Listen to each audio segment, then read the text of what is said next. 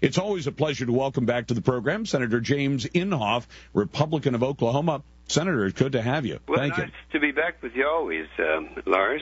Well, you're the front man who's going to have to fight cap and trade, but I understand you're saying cap and trade is dead. You know, I can remember being on your program months ago in saying that, and it's just as dead today as it was then.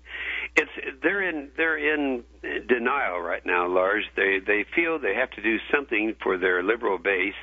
The liberal base can't figure out why we can't have the largest tax increase in the history of this country that would accomplish nothing if we have Obama in the White House and they control the House and the Senate. So we just found out today, this is very, very current, that Harry Reid is looking at the 26th of this month, just a couple of weeks off, to bring up another energy bill. He's going to avoid cap and trade in terms of, he's acting like he doesn't even know what it is, and it's not in his vocabulary, but nonetheless, it's going to be probably the last effort for a cap and trade bill. Let me just tell you, they may have as many as 24 votes, but it takes 60. They're not even close.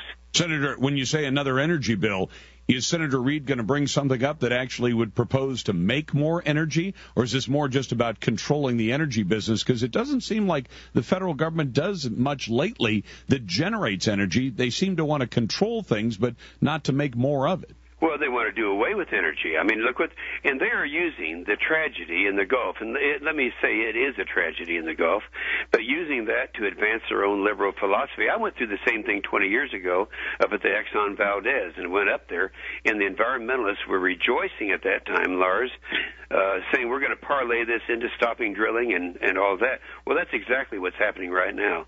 So they're trying to use this as a way of first of all, doing away with all fossil fuels, certainly stopping all drilling, all exploration, but using this to try to pass some kind of a cap and trade, some kind of a restriction on CO2. And let's remember, for those listeners who are listening to you right now who don't agree with us, and I know you have some who are out there, that even Lisa Jackson, Obama's appointee as the director of the EPA, has stated that if we were to pass any of these cap-and-trade bills, whether it was the McCain-Lieberman bill, the Warner-Lieberman bill, the Waxman-Markey bill, any of those, it would not reduce overall any of the emissions. Because, in fact, it could have the effect of increasing emissions because it chased our jobs out of the country. They'd have to go where they can find energy. So it's something that even if they were successful, would not accomplish anything, but it would be the largest tax increase probably in history. Well, in fact, I woke up this morning to the news from local utility companies in my neck of the woods saying, be prepared, 2011, you're going to see a rate shock that's going to be very, very tough. And I thought, boy, all of that without cap and tax, what would it be if we ended up having some kind of scheme to try to artificially crack down on the amount of carbon dioxide that people produce in their daily lives? Well, I'm really glad to hear that utilities are paying attention right now, because the bill that he's talking about doing now, keeping in mind this bill is being done behind closed doors where you don't even the chairman of the Energy Committee and of the Finance Committee, who are Democrats, they don't even know what's in it. But we do know that he's talking about only having carbon restrictions on the utility industry, trying to masquerade it as, well, these are the bad guys. But as you know, that's a straight pass-through to you and me and every person who's listening to us right now. So it's not going to work. The votes aren't there. He has to try to do something to pacify that base. But it's not going to happen. It's not going to happen. And I think it's deplorable that they would use the tragedy in the Gulf to accomplish not just trying to do a cap and trade, but also to stop our ability to produce our own energy in this country and make us more dependent upon Hugo Chavez in the Middle East. Senator, I want your perspective on this. So we've got a president now. He appears to have lost the faith of the American people, according to polls. He barely got health care through, and it looks as though that'll either be challenged in the courts or it'll be challenged by a new Congress in the next year and defunded or perhaps even repealed, depending on how well that goes. Cap and trade is good. Is dead. Immigration or amnesty for illegal aliens may be dead. It certainly isn't passing anytime soon. What's this president going to do for the rest of the year? Because I don't trust that just because he's been shut down to a large extent politically, likely that he's going to stop doing the kinds of things that a lot of us find about as un-American as any president has ever engaged in. Un-American, and that's the right word to use because that's what it is. Every institution in America that has made our country different from other countries is under attack. I have people coming in all the time today. I had someone from the Farm Bureau, and then I've had people from the oil industry, and I tell them, I know that you think that you're the only ones under attack in America, but it's not. It's the same for the farmers, the oil industry, the healthcare industry, the insurance industry, the banking industry. Everyone is under attack. And I would answer your question this way. We can't get inside Obama's head. He's one who's very persuasive, very eloquent.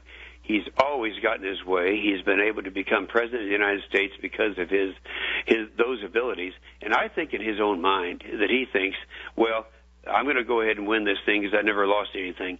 We all remember, and so there's not a listener out there that doesn't remember how they did this health care thing behind closed doors and running it out for a vote. That's exactly what's happening right now with border legislation, with cap and trade, and it's not going to work. But again, he's one who believes that if he does it, it's going to work. The other claim he made, Senator, was that he would unite America, not only with its allies overseas, but inside the country and across the aisles in the Congress. And yet, here we've got one of the major minority rights organizations in America, the NAACP, I think, carrying water for President Obama, condemning Tea Party Americans as a bunch of racists. Now, what do you make of that? Well, and the Black Panthers, and they're all out there. I think they forgot, and I would hope that we, during the August recess, and we have another recess coming up, it was the happiest August recess that I ever spent, because when I went around to all these different groups, I was a hero because I was opposing all these things. And what was it they were offended by? Number one, the unsustainable spending, the $1.4 trillion increase in the deficit in 1 year. We lost that one. Number two, a government-run health care system. We lost that one. But number three and number four, if you'll remember, a little less than a year ago, were at cap and trade and closing Gitmo. And we're going to win on both of those. I mean, right now, even those who are advocating closing Gitmo, that's not supposed to be the subject tonight, but those who are advocating doing that are now backing away from that as far as they can, particularly Republicans who are in primaries. Well, and I'm glad to see we're not probably going to do Khalid Sheikh Mohammed in downtown Manhattan. And I don't mean any ill to your state, but, Senator, I have enough faith in states like Oklahoma. I kind of wish they'd put those terrorists on trial in one of your big cities. Say, send them out to Oklahoma. I think we can scare up a jury that can do justice to a jihadi. Well, I think so, too. And they've overreacted. You've seen the recent reports on how they're coddling these people. And yep.